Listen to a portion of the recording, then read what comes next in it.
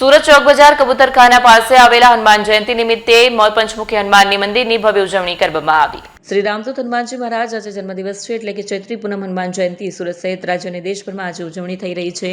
ત્યારે સુરત શહેરના ચોક બજાર સ્થિત કબૂતરખાના પાસે આવેલ પ્રખ્યાત પંચમુખી હનુમાનજી મંદિરમાં ભવ્ય ઉજવણી કરવામાં આવી રહી છે। વહેલી સવારથી જ હનુમાનજીના ભક્તો દર્શન માટે આવી રહ્યા છે। દર્શન કરી પુણ્યનું ભાથું બાંધી રહ્યા છે। પંચમુખી હનુમાનજી મંદિરને ધજા પતાકા અને રંગબેરંગી રાતોની રોશનીથી શણગારવામાં આવ્યું છે। ભક્તજનો માટે મહાપ્રસાદનું પણ આયોજન છે, જેમાં સેંકડોની સંખ્યામાં ભક્તો મહાપ્રસાદનો લાભ લઈ જીવન ધન્ય બનાવ્યું છે।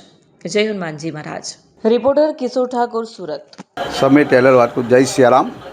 પંચમુખી હનુમાન મંદિર દર વર્ષે અમે ભંડારાનું આયોજન કરીએ છીએ અને દૂર દૂરથી લોકો આવે છે અને 5,500 માણસનો ભંડારો થાય છે અને દાદાના ખૂબ આશીર્વાદથી ભંડારો અમે કરીએ છીએ। જય સિયારામ। આ સિવાય બીજો લોકો ક્યાંથી આવે છે અને શું દૂર દૂરથી આવે છે અને દક્ષિણમુખી છે। જેવી રીતે ઉજ્જૈનમાં મહાકાલ છે, એવી રીતે આ હનુમાનજીનું મંદિર દક્ષિણમુખી છે અને આના દર્શનથી લોકોના ભય મુક્ત થાય છે અને લોકોની મનોકામના પૂર્ણ થાય છે। કઈ જગ્યા મંદિર આવ્યું? સુરત વડાચૌટા। ચલો, જય શ્યારામ।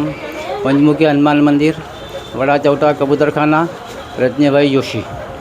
અહીંયા આવનાર વ્યક્તિ દરેક મનોકામના પરિપૂર્ણ થાય છે। એમાં શનિ મંગળવારે ગુલાબ ફૂલ ચડાવવાથી, હાર ચડાવવાથી, શ્રીફળ ચડાવવાથી આદિ વ્યાધિ ઉપાધિ રોગ દોષ ભય ક્લેશ બધાનો નાશ થાય છે। અને અહીંયા માતા ઠેર ઠેરથી અલગ અલગ જગ્યાએથી લોકો અહીંયા આવે છે અને બધાની મનોકામના હૃદય પરિપૂર્ણ કર્યા કરે છે। કેટલું જૂનું મંદિર? આ 500 લખાય છે, 500 જૂનું કહેવાય છે। બીજો શું ઇતિહાસ છે? બીજો ઇતિહાસ કે દક્ષિણમુખી પંચમુખી દર્શન માત્ર તે ભય દૂર। કઈ જગ્યાએ? આ કબૂતરખાના, વડાચૌટા કબૂતરખાના કહેવાય। બીજો શું મેસેજ આપશો ભક્તોને? બસ બીજા કે અહીંયા આવવાથી બધાની મનોકામના પરિપૂર્ણ થાય, બરાબર, અને બધાનું કલ્યાણ દાદા કરે એ અમારી આપણી ઈચ્છા।